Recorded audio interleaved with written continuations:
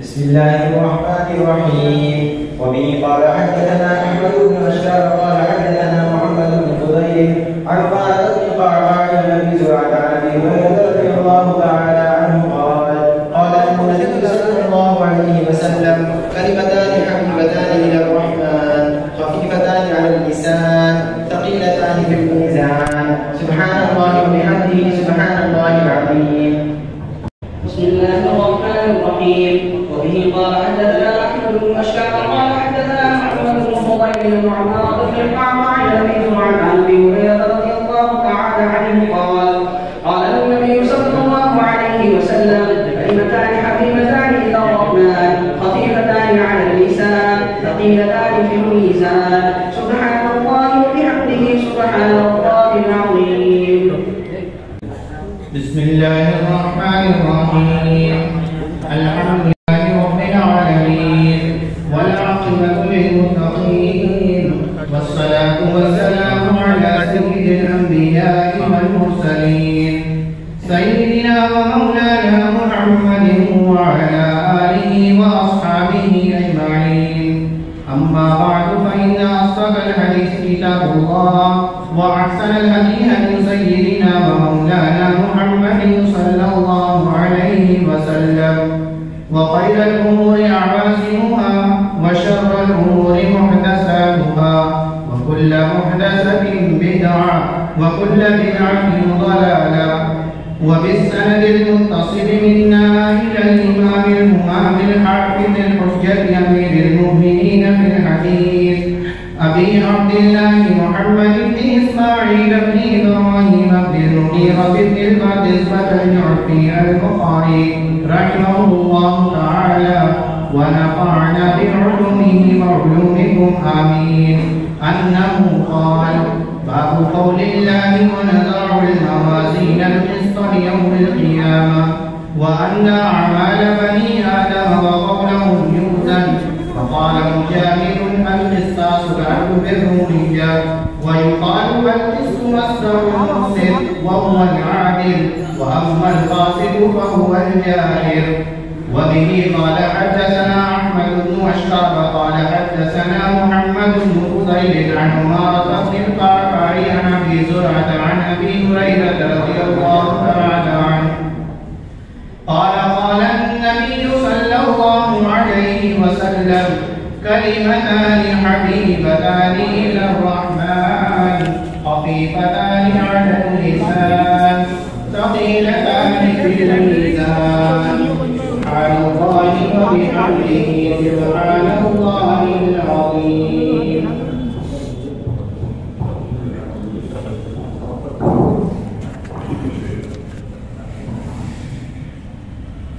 بسم الله الرحمن الرحيم.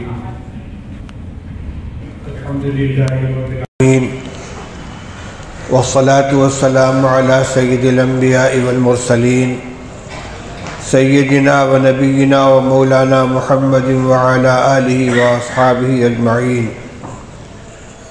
أما بعد فإن أصدق الحديث كتاب الله وأحسن الهدي هدي سيدنا مولانا محمد صلى الله عليه وسلم وخير الأمور عوازمها وشر الأمور محدثاتها وكل محدثة بدعة وكل بدعة ضلالة. وبالسند المتصل منا إلى الإمام الحافظ الحجة أمير المؤمنين في الحديث أبي عبد الله محمد بن إسماعيل بن إبراهيم بن المغيرة بن البردزبة الجعفي اليماني البخاري رحمهم الله تعالى ونفعنا بعلومهم أجمعين آمين يا رب العالمين. أنه قال: باب قول الله تبارك وتعالى: ونضع الموازين القسط ليوم القيامة وأن أعمال بني آدم وقولهم يؤذن. وقال مجاهد: القسطاس العدل بالرومية. ويقال: القسط مصدر المقسط وهو العادل، وأما القاسط فهو الجائر. وبه قال حدثنا أحمد بن أشكاب قال حدثنا محمد بن فضيل عن عمارة بن القعقاع عن أبي زرعة عن أبي هريرة رضي الله تعالى عنه وعنهم أنه قال: قال النبی صلی اللہ علیہ وسلم کلمتان حبیبتان الی الرحمن خفیفتان علی اللسان ثقیلتان فی المیزان سبحان اللہ وبحمدہ سبحان اللہ العظیم۔ الحمدللہ آپ نے بخاری شریف کی آخری حدیث پڑھ کر اپنے درس کی تکمیل کر لی۔ اس درس کا خاص اہتمام کیا جاتا ہے۔ یہ روایت بخاری شریف کی بھی آخری حدیث ہے، کتاب التوحید کی آخری حدیث ہے، اور اس کا خاص عنوان نضع الموازین القسط لیوم القیامہ، یعنی ایک تو اس کا تعلق ہے صفات باری سے۔ کتاب التوحید میں اللہ تعالیٰ کی صفات کا بیان ہے، اور اللہ تعالیٰ کی صفات میں ایک صفت کلام بھی ہے، اور اس صفت کلام کا مظہر قرآن پاک ہے۔ شرح عقائد نصفی میں آپ اس بحث کو پڑھ چکے ہیں کہ کلام کی دو قسمیں ہیں، ایک کلام نفسی ہے، ایک کلام لفظی ہے۔ اللہ کی جو صفت ہے وہ کلام نفسی ہے، جو اللہ کی ذات کے ساتھ قائم ہے، اور وہ کلام قدیم ہے۔ جیسے اللہ کی ذات قدیم، اس کی تمام صفات بھی قدیم۔ اہل سنت والجماعت اور معتزلہ کے درمیان یہ مسئلہ ایک زمانے میں بہت محتم بالشان اور معرکۃ الآراء رہا ہے کہ قرآن اللہ کا کلام ہے یا اللہ کی مخلوق ہے۔ آج یہ لفظ ہمارے کانوں میں مانوس نہیں ہے، لیکن ایک دور میں حق اور ناحق کی پہچان یہی مسئلہ بن گیا تھا۔ اہل سنت والجماعت کا مسلک یہ ہے کہ اللہ تعالیٰ کی ذات اور اس کی صفات سب قدیم ہیں۔ صفات الہیہ جس طرح اس کا رازق ہونا، خالق ہونا، مالک ہونا یہ اس کی ذات کے ساتھ لگا ہوا ہے، اسی طرح کلام بھی اس کی ایک صفت ہے۔ ان صفات کو جو ترزیق کی صفت ہے، تخلیق کی صفت ہے، جیسے ان کو مخلوق نہیں کہہ سکتے تو صفت کلام کو بھی مخلوق نہیں کہہ سکتے۔ لیکن اللہ نے وہ کتاب فرشتوں کے ذریعے اور دنیا میں اپنے پیغمبر صلی اللہ علیہ وسلم کے اوپر نازل فرمائی۔ جبریل علیہ السلام لے کر آئے، نزل بہ الروح الامین، اور رسول اللہ صلی اللہ علیہ وسلم نے اس کو پڑھ کر سنایا۔ صحابہ کرام نے آپ کی زبان مبارک سے اس کو لیا اور اس کی تلاوت کی۔ پھر حضرت ابوبکر صدیق رضی اللہ تعالیٰ عنہ کے زمانے میں ان کو مصاحف کے اندر لکھا گیا۔ پھر حضرت عثمان رضی اللہ تعالیٰ عنہ کے زمانے میں جمع قرآن کا عمل ہوا۔ یہ سارے کے سارے جو اعمال ہیں ان کا تعلق اس قرآن پاک سے ہے جس کو ہم کلام لفظی کہتے ہیں۔ امام بخاری رحمۃ اللہ علیہ بھی اس امتحان سے گزرے تھے۔ تفصیل بیان کرنے کا موقع نہیں ہے، لیکن کچھ حاسدین نے امام بخاری رحمۃ اللہ علیہ کو ابتلا میں ڈالنے کے لیے اپنے تلامذہ کے ذریعے ان کے سامنے یہ سوال اٹھایا کہ آپ یہ واضح کریں کہ آپ قرآن کو اللہ کی صفت مانتے یا مخلوق مانتے ہیں۔ چونکہ وہ زمانہ تھا معتزلہ کے غلبہ کا، ایک تیر سے دو شکار کھیلنا چاہتے تھے۔ اگر امام بخاری رحمۃ اللہ علیہ اہل حق کے مسلک کے مطابق یہ کہہ دیتے ہیں کہ کلام الہی مخلوق نہیں ہے تو معتزلہ ان کے دشمن ہو جائیں گے، اور اگر یہ کہہ دیتے کہ مخلوق ہے تو معتزلہ راضی ہو جائیں گے، لیکن اہل سنت والجماعت ان کے مخالف ہو جائیں گے۔ امام ابو بخاری رحمۃ اللہ علیہ نے ایک درمیانی راستہ اختیار کیا۔ انہوں نے فرمایا لفظی بالقرآن مخلوق، کہ میں قرآن کے جن الفاظ کی تلاوت اپنی زبان سے کرتا ہوں، جن کی ادائیگی میری زبان سے ہوتی ہے، یہ مخلوق ہے۔ اس لیے کہ ہم بھی مخلوق ہیں، ہمارے سارے اعمال بھی مخلوق ہیں، ہمارا پڑھنا بھی مخلوق ہے۔ لیکن جو مفسدین تھے ان کو موقع مل گیا اور ان کے اس لفظ کو لے اڑے کہ امام بخاری نے قرآن کو مخلوق کہہ دیا ہے۔ تو امام بخاری رحمۃ اللہ علیہ دونوں کے فرق کو واضح کرنا چاہتے ہیں کہ کلام نفسی اور کلام لفظی میں فرق ہے۔ کلام نفسی جو اللہ کی صفت ہے، جو اس کی ذات کے ساتھ قائم ہے، یقیناً وہ مخلوق نہیں ہے، لیکن جو کلام لفظی ہے جس کی ہم تلاوت کرتے ہیں، جو مقروء بألسنتنا اور مکتوب فی مصاحفنا اور مسموع بآذاننا مطلوب بألسنتنا، یہ جو قرآن ہے جس کو کلام لفظی کہتے ہیں، ان کے ساتھ تمام وہ صفات لگیں گی جو ہماری زبان سے نکلنے والے کلمات اور الفاظ کے ساتھ لگا کرتے ہیں۔ اسی سلسلے میں یہ باب قائم کیا ہے کہ ہم جب قرآن پاک کو پڑھتے ہیں تو جیسے ہمارے سارے اعمال لکھے جاتے ہیں، ہمارے سارے اقوال لکھے جاتے ہیں، تو قرآن پاک کی جو ہم تلاوت کریں گے وہ بھی لکھی جائے گی، اس کا بھی ہم کو اجر و ثواب ملے گا، جیسا کہ حدیث پاک میں فرمایا گیا، رسول اللہ صلی اللہ علیہ وسلم نے فرمایا کہ قرآن پاک کا ایک حرف پڑھنے پر 10 نیکی ملتی ہے۔ اور میں نہیں کہتا کہ الف لام میم ایک حرف ہے، بلکہ الف ایک حرف ہے، لام ایک حرف ہے، میم ایک حرف ہے۔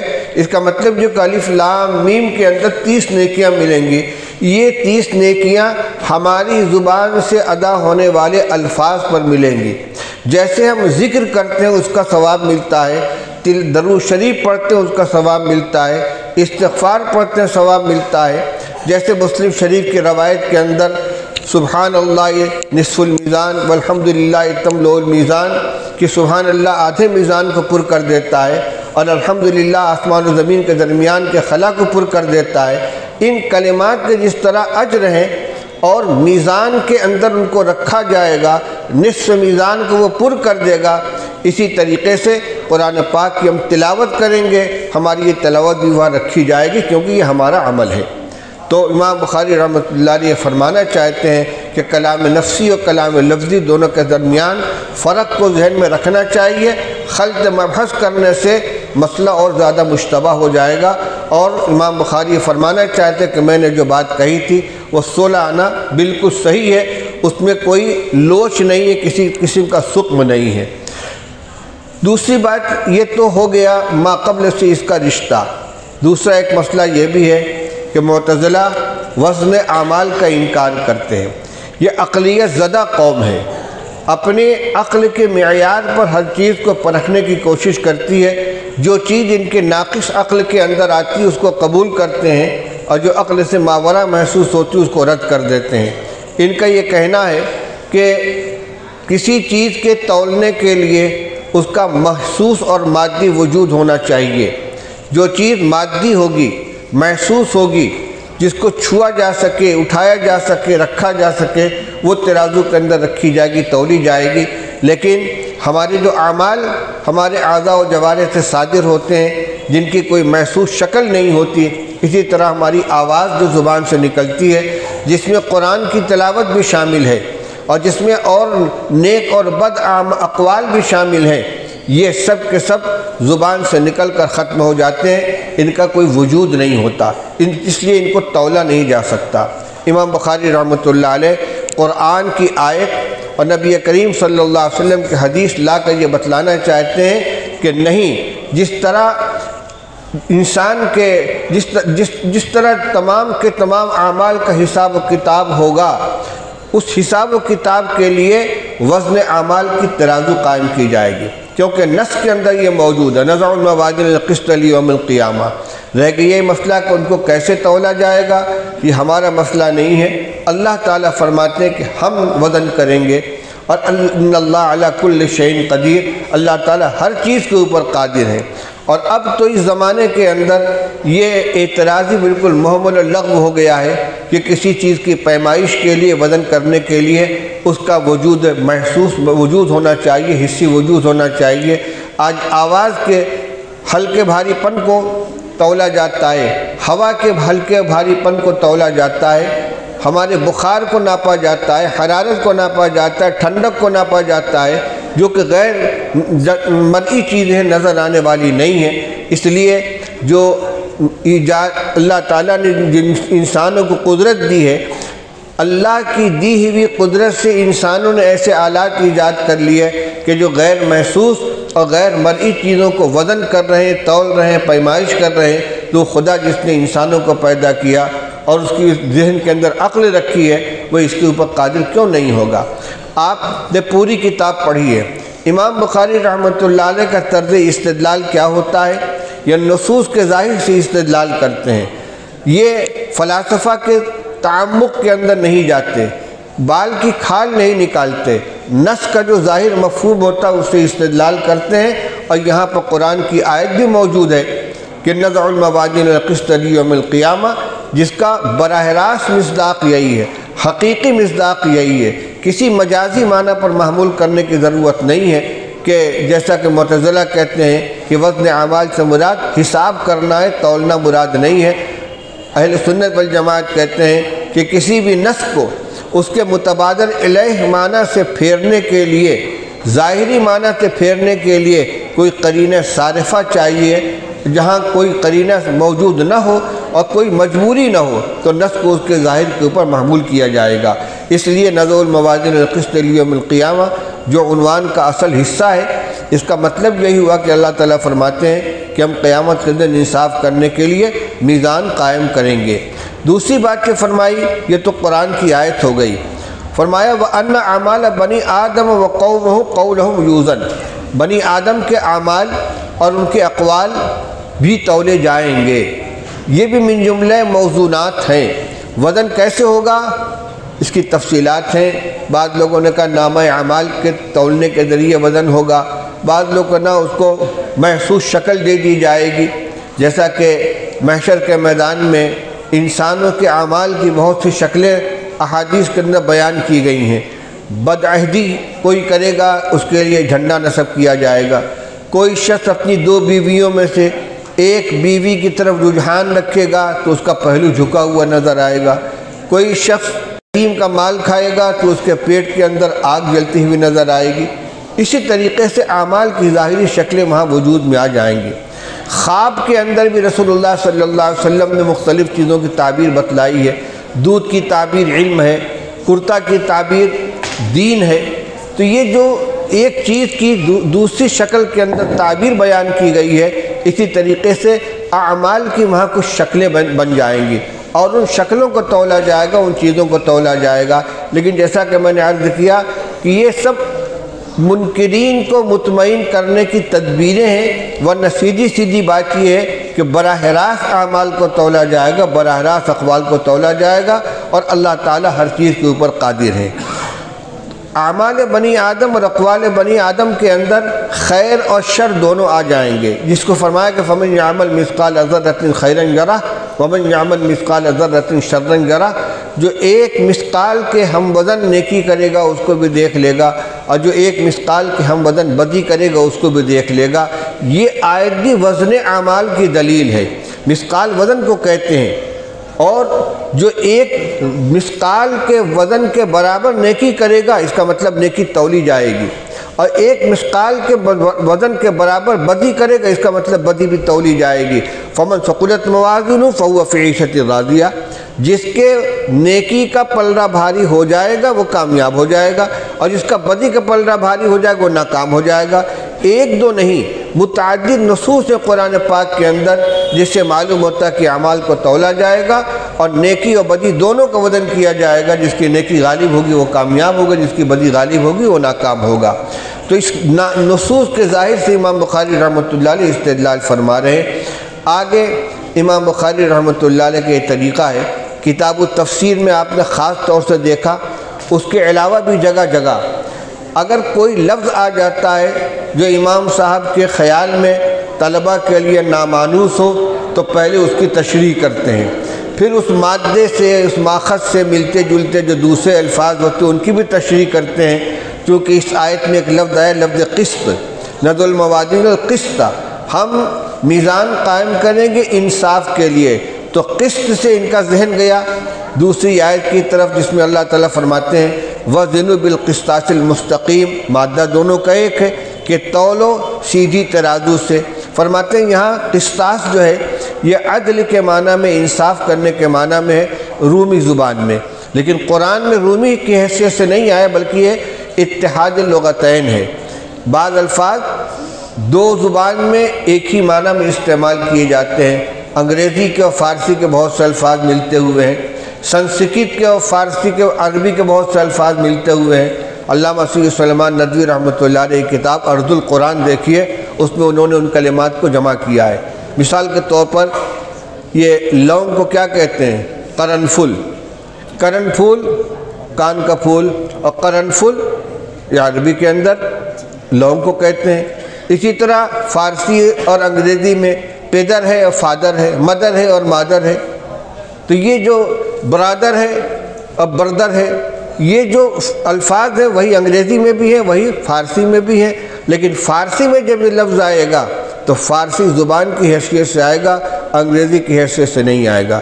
اس لیے امام بخاری رحمۃ اللہ علیہ جو جگہ جگہ کہہ دیتے ہیں حبشی زبان میں اس معنی میں ہے یا رومی زبان میں اس معنی میں ہے، اس کا مطلب یہ ہوتا ہے کہ اس زبان میں بھی اسی معنی میں استعمال کیا جاتا ہے، لیکن عربی میں جب لایا گیا تو عربی زبان کا لفظ ہونے کی حیثیت سے استعمال کیا گیا ہے. بلسان عربی مبین یہ قرآن کی صفت ہے. قرآن کے سارے الفاظ عربی ہیں، اگر کسی دوسری زبان سے لیے گئے تو عربی زبان کا جز بن کر استعمال کیے گئے ہیں، عجمی زبان کی حیثیت سے استعمال نہیں کیے گئے ہیں. تو قسطاس انصاف کے معنی میں عربی میں بھی ہے، رومی زبان میں بھی ہے. وَيُقَالُ الْقِسْطُ مَصْدَرُ الْمُقْسِطِ. یہ جو نَزْعُ الْمَوَازِينِ الْقِسْطِ میں لفظ قسط آیا ہے، فرماتی مقسط کا ماخذ ہے. مقسط باب افعال کا اسم فاعل ہے اور قسط یہ مجرد ہے. ظاہر بات ہے کہ مجرد مصدر کا اسم فاعل باب افعال سے تو نہیں آئے گا، اس لیے یا تو یوں کہا جائے کہ یہ مصدر المصدر ہے. اصل کیا تھا؟ یہ مقسط کا مصدر ہے اقساط، اور اقساط بنائے قسط سے. اور اصل یہ ہے کہ قاف سین تا کا جو مادہ ہے یہ جب مجرد میں آئے گا تو اس کے معنی قسط، اور قسط کے معنی ہوں گے ظلم کرنا. اما القاسطون فکانوا لجہنم حطبا. جو ظلم کرنے والے ہیں وہ جہنم کا ایندھن بنیں گے. اور جب باب افعال میں اس کو لے جائیں گے تو سلب ماخذ کی صفت اس کے اندر آ جائے گی، یعنی دفع ظلم، جس کو کہتے ہیں انصاف کرنا. تو اقساط کے معنی ہوں گے انصاف کرنا. تو مقسط اسم فاعل ہے باب اقساط کا، اور اقساط بنایا گیا ہے کس سے؟ قسط سے بنایا گیا ہے. اس لیے مصدر کے معنی کیا ہو گئے؟ مصدر المصدر، یا مصدر اصطلاحی نہیں بلکہ ماخذ کے معنی میں، اصل اور بنیاد کے معنی میں. وَأَمَّا الْقَاسِطُ فَهُوَ الْجَائِرُ. اب اس کے بعد روایت لے لیجئے. وَبِهِ قَالَ حَدَّثَنَا أَحْمَدُ بْنُ أَشْكَابَ قَالَ حَدَّثَنَا مُحَمَّدُ بْنُ فُضَيْلٍ عَنْ عُمَارَةَ بْنِ الْقَعْقَاعِ عَنْ أَبِي زُرْعَةَ عَنْ أَبِي هُرَيْرَةَ رضی اللہ تعالی عنہ. یہ روایت بھی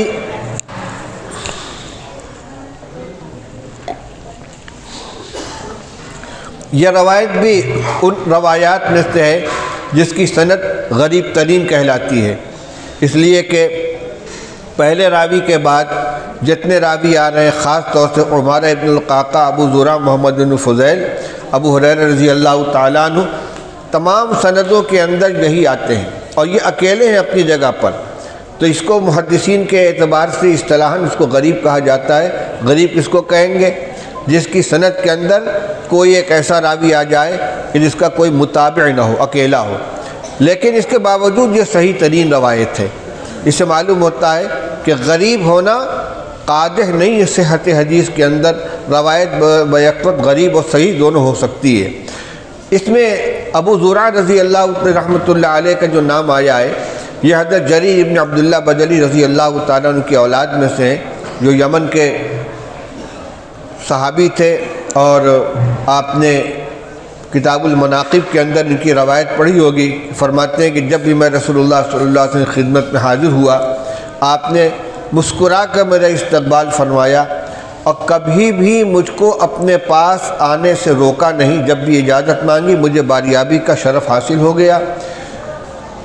احمس قبیلہ احمس کے لوگوں نے جو یمن میں ذوالخلصہ نامی ایک نقلی کعبہ تیار کر رکھا تھا، اس کو منہدم کرنے کی ذمہ داری بھی رسول اللہ صلی اللہ علیہ وسلم نے حضرت جریر بن عبداللہ بجلی رضی اللہ تعالیٰ عنہ کو حوالے کی تھی.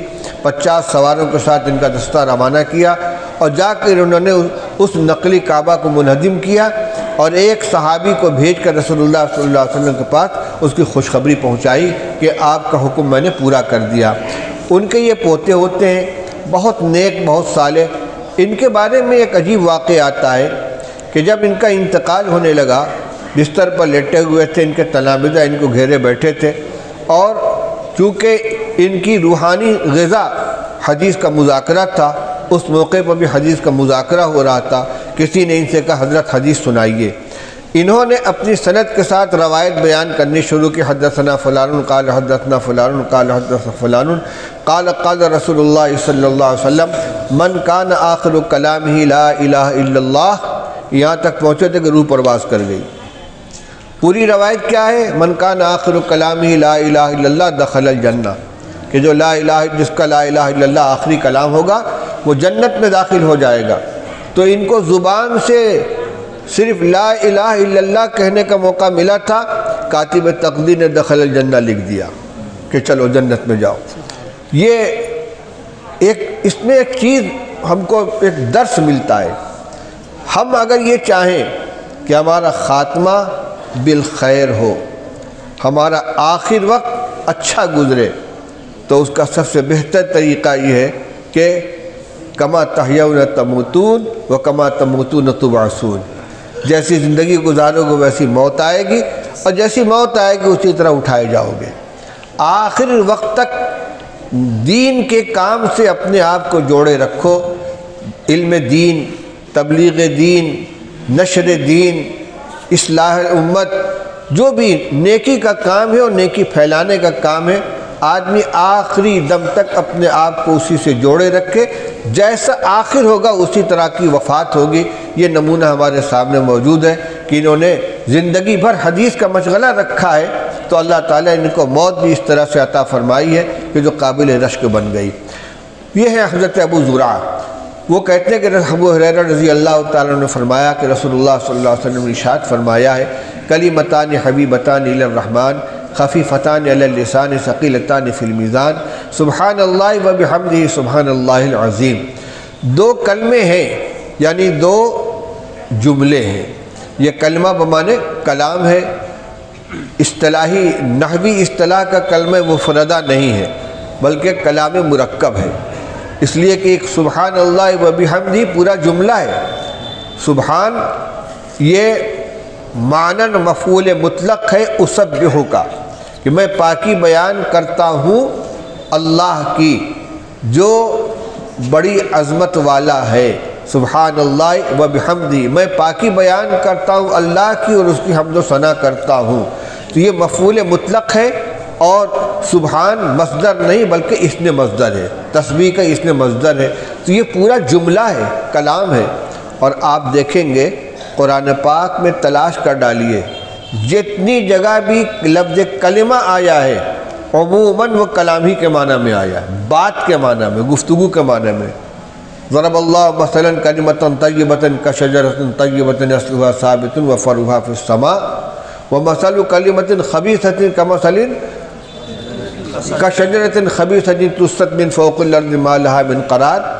اسی طرح اور بھی رسول اللہ صلی اللہ علیہ وسلم فرمایا اصدق کلمۃ قالها شاعر وعلی ما خلا علی کل شیء ما خلا اللہ باطل۔ لبید ابن عاصم کا یہ لفظ بہترین کلمہ ہے، حالانکہ یہ پورا شعر ہے، پورا مصرع ہے اور پورا کلام ہے۔ تو کلمتان میں جو لفظ کلمتان آ رہا ہے اس کا لفظی ترجمہ تو ہوگا دو بول، دو باتیں، اور یہ اصطلاحی جو نحوی کا لفظ مفرد ہوتا ہے وہ یہاں مراد نہیں ہے۔ تو دو بول ہیں، دو کلام ہیں، دو جملے ہیں جن کی تین صفتیں یہاں بیان کی جا رہی ہیں۔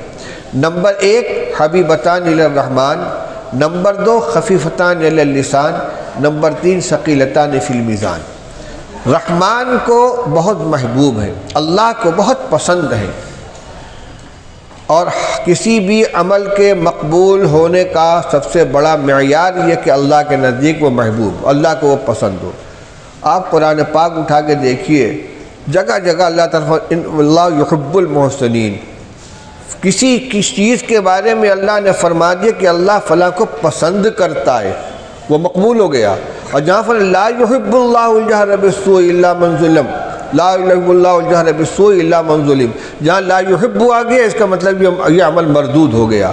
کسی بھی عمل کے مقبول ہونے کے لیے ضروری ہے کہ وہ اللہ کے نزدیک محبوب و پسندیدہ ہو، اور جو عمل اللہ کے نزدیک ناپسندیدہ ہوگا وہ عمل مقبول نہیں ہوگا۔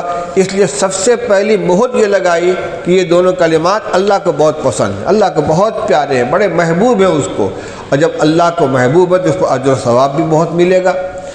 اچھا، عام ضابطہ یہ ہے کہ الغنم بالغنم، جتنی مشقت اٹھاؤ گے اتنا اجر ملے گا، لیکن یہاں چونکہ یہ اعمال، یہ کلمات اللہ تعالیٰ کو بہت محبوب ہیں، اس لیے ہلکے پھلکے ہونے کے باوجود، زبان پر ہلکے ہونے کے باوجود اللہ تعالیٰ اس کا اجر بہت عطا فرمائیں گے۔ خفیفتان علی اللسان، اجر و ثواب جب زیادہ ہے تو محنت بھی زیادہ لگنی چاہیے، لیکن یہ کلمات زبان پر بہت ہلکے ہیں۔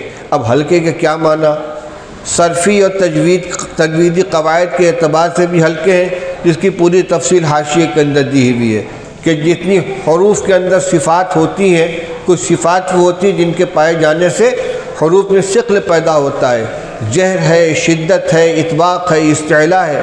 کچھ صفات وہ ہوتی ہیں جن کے اندر پائی جائیں تو حروف کی ادائیگی ہلکی ہوتی ہے، جیسے ہمس ہے اور استفال ہے، انفتاح ہے۔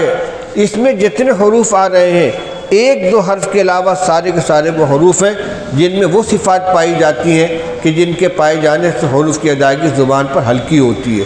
یہ تو نقطہ بعد الوقوع ہے جو فقہا نے، جو محدثین نے، شارحین نے جس کا استنباط کیا ہے، اور رسول اللہ صلی اللہ علیہ وسلم کے کلمات جوامع الکلم ہوتے ہیں۔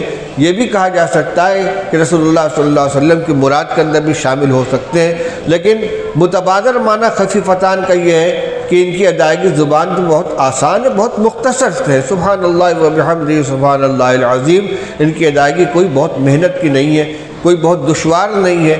اس کے باوجود اللہ تعالیٰ کو چونکہ بہت محبوب ہے، اس لیے ثقیلتان فی المیزان، میزان عمل کے اندر ان کا وزن بہت زیادہ ہوگا۔ تو ایک تو ان دو کلمات کی اتنے فضیلت ثابت ہو رہی ہے، دوسری طرف امام بخاری رحمۃ اللہ علیہ فرما رہے ہیں کہ اللہ کے رسول صلی اللہ علیہ وسلم نے زبان سے نکلنے والے ان کلمات کو میزان میں وزنی قرار دیا ہے۔ اسی سے اقوال کا بھی وزن ثابت ہوا اور اسی سے اعمال کا بھی وزن ثابت ہوا۔ آپ کہہ سکتے ہیں کہ اقوال کا تو ہوا، اعمال کا کہاں ہوا؟ میرے بھائی، عمل کس کو کہتے ہیں؟ جوارح سے جتنے بھی چیزیں صادر ہوتی ہیں وہ اعمال ہیں۔ یہ عمل ایک جنس ہے۔ اب ہر عضو سے صادر ہونے والے اعمال کا نوع کے اعتبار سے الگ الگ نام ہوتا ہے۔ سننا ایک عمل ہے، لیکن کان بھی عمل ہے، سمع بھی عمل ہے، بصر بھی عمل ہے۔ ان السمع والبصر والفؤاد کل اولئک کان عنہ مسئولا۔ اعمال کے بارے میں سوال ہوگا نا، وہ اعمال کیا ہوں گے؟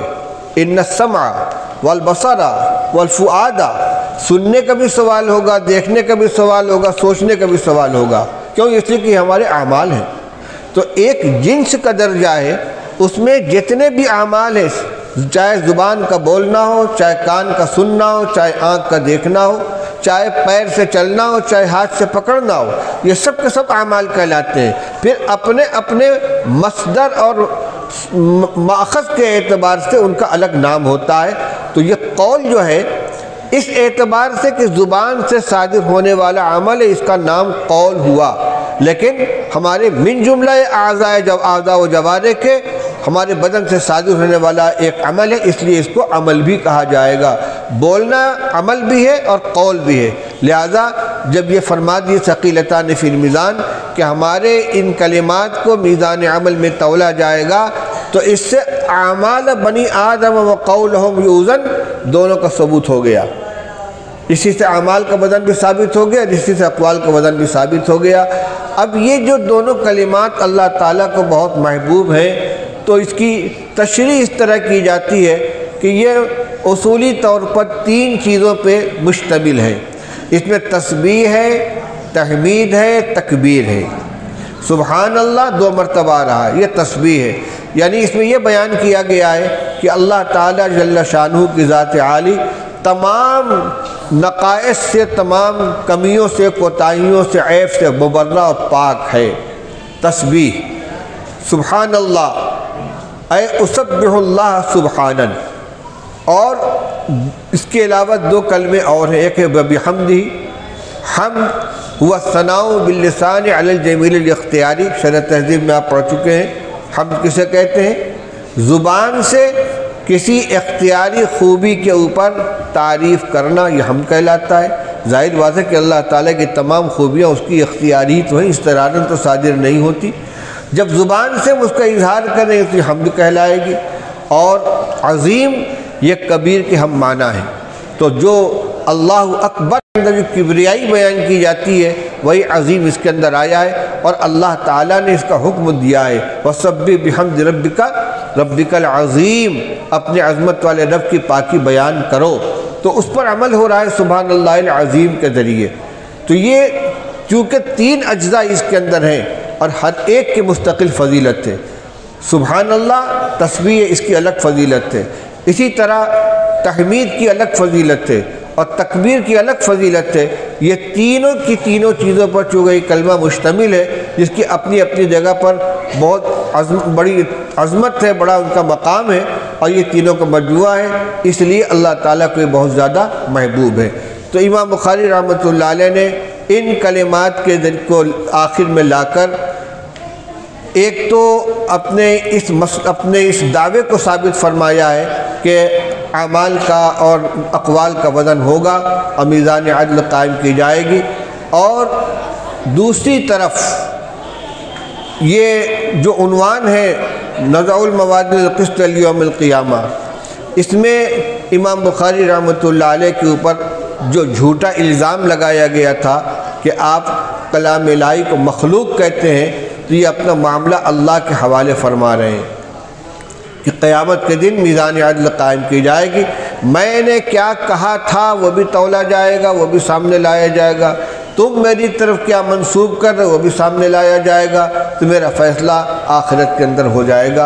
اور اس موقع پر میں اپنے استاد حضرت مولانا فخر الدین صاحب رحمۃ اللہ علیہ کی وہ بات نقل کر دوں جو ان لوگوں نے انہوں نے ہم لوگوں کو کتاب ختم کراتے وقت کہی تھی۔ انہوں نے فرمایا تھا کہ امام بخاری رحمۃ اللہ علیہ فرماتے ہیں کہ میں نے تمہارے ہاتھ میں بخاری شریف کی شکل میں ایک میزان دے دی ہے، تمہارے سامنے نئے نئے نظریات آتے رہیں گے، نئے نئے عقائد آئیں گے، نئے خیالات آئیں گے، اور ہر ایک یہ دعویٰ کرے گا کہ میں صحیح طریقے کے اوپر ہوں۔ تو تم کو فرق کرنے کے لیے اور حق اور باطل و خطا و ثواب کے درمیان امتیاز کرنے کے لیے میں نے تمہارے ہاتھ میں ایک میزان دے دی ہے، اور وہ میزان نبی کریم صلی اللہ علیہ وسلم کی احادیث صحیحہ کا یہ مجموعہ جو بخاری شریف کے 2 جلدوں کے شکل میں آپ کے پاس سامنے موجود ہے۔ اس کا مقصد یہ نہیں کہ حدیث کی دیگر کتابوں کی حیثیت گھٹائی جا رہی ہے، خدا نخواستہ، لیکن یہ تو سب کے نزدیک مسلم ہے کہ اصح الکتب بعد کتاب اللہ علی وجہ الارض صحیح البخاری، پوری زمین پر اپنی صحت کے اعتبار سے، قوت کے اعتبار سے سب سے زیادہ جو مضبوط کتاب ہے وہ بخاری شریف ہے۔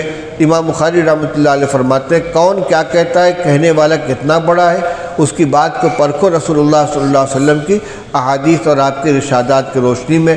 اسی طریقے سے رسول اللہ صلی اللہ علیہ وسلم نے فرمایا ہے کہ کل محدث بدعہ، ہر نئی چیز بدعت ہوگی اور ہر بدعت گمراہی ہوگی، اور سنت وہ ہوگی جس کا ثبوت قرن اول کے اندر ملے۔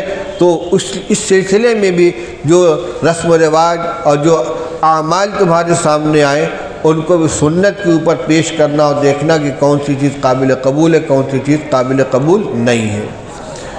یہاں تک میں نے آپ کے سامنے کتاب کے ختم سے متعلق گفتگو کی ہے۔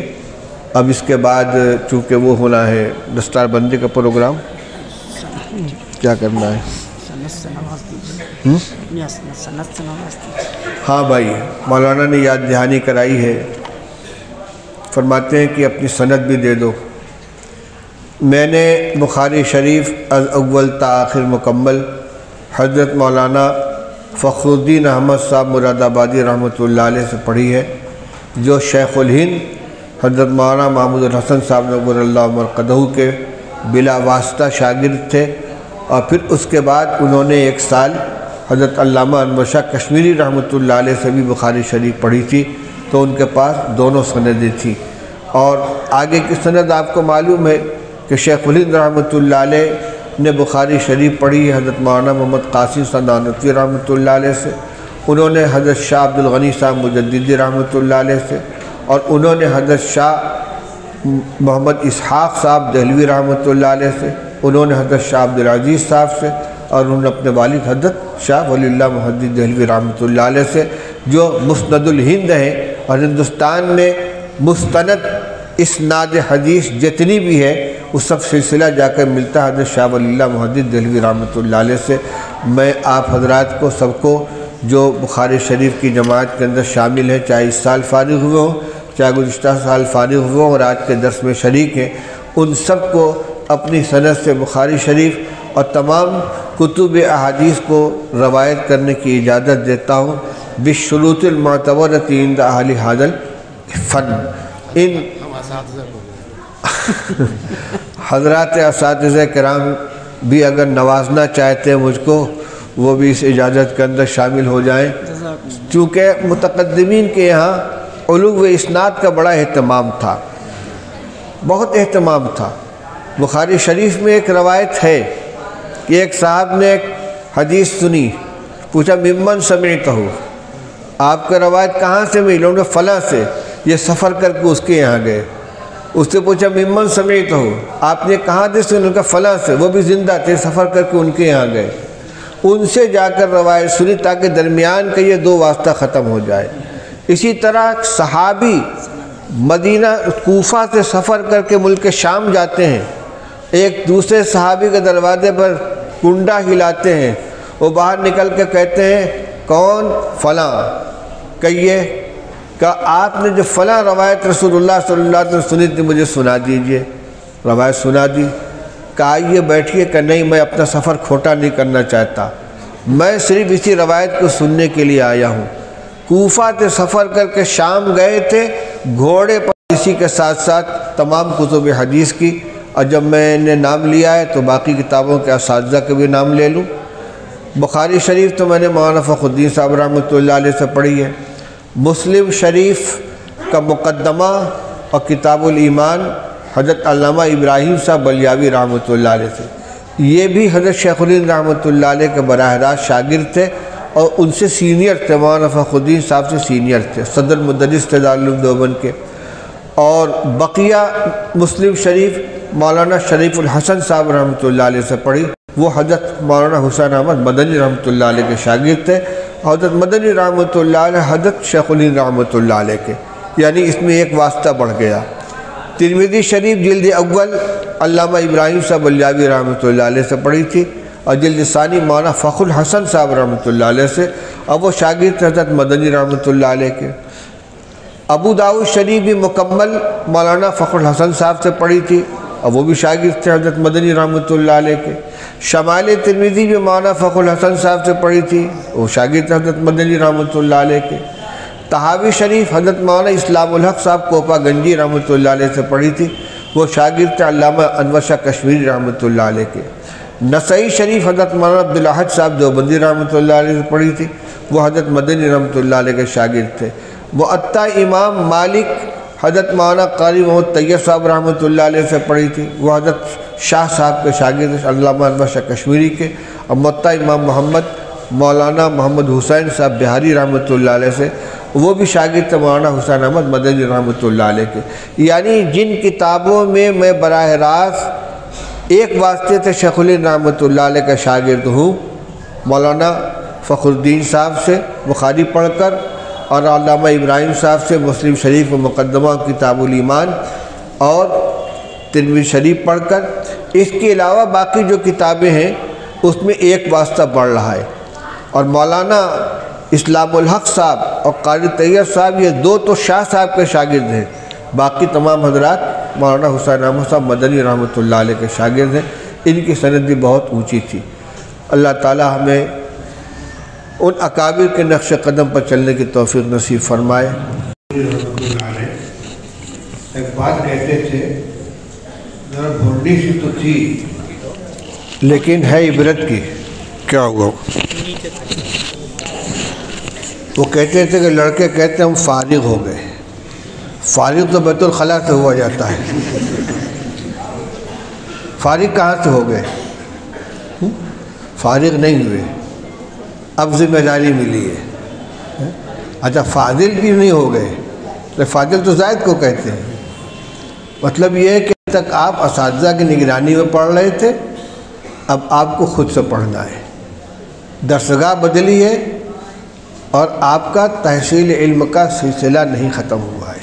دوسری بات یہ ہے کہ اب آپ کو دو کام کرنا ہے، اپنے علم میں اضافہ کرتے رہنا اور جو علم حاصل ہوا ہے اس کو دوسروں تک پہنچانا۔ الا فلیبلغ الشاہد الغائب۔ تیسری چیز یہ ہے کہ جو عالم دین، حافظ قرآن اور مجود کی جو وضاقتہ ہے، اس کے جو اخلاق ہیں، معاملات ہیں اور اس کے جو زندگی گزارنے کا جو طریقہ ہے، اس کو بھی آپ کو ملحوظ رکھنا ہے۔ میں کوئی لمبی تقریر نہیں کروں گا، صرف یہی عرض کرنا چاہتا ہوں کہ جو سر پہ آپ کے دستار باندھی گئی ہے، یہ صرف کپڑے کا ایک ٹکڑا نہیں ہے بلکہ ایک ذمہ داری سپرد کی گئی، اس کی لاج رکھیے گا۔ اپنے اساتذہ کی بھی لاج رکھیے، ادارے کی بھی لاج رکھیے اور اپنے گھر والوں کی بھی لاج رکھیے، کیونکہ اگر آپ کوئی نامناسب حرکت کریں گے، آپ کا نام مثال کے طور پر عبداللہ ہے، تو پہلے تو کہا جاتا کہ عبداللہ نماز نہیں پڑھتے، عبداللہ جھوٹ بولتے ہیں، اور اب کہا جائے کہ مولوی صاحب جھوٹ بولتے ہیں، قاری صاحب جھوٹ بولتے ہیں، حافظ صاحب جھوٹ بولتے ہیں۔ یہ دھبا کس پر لگے گا؟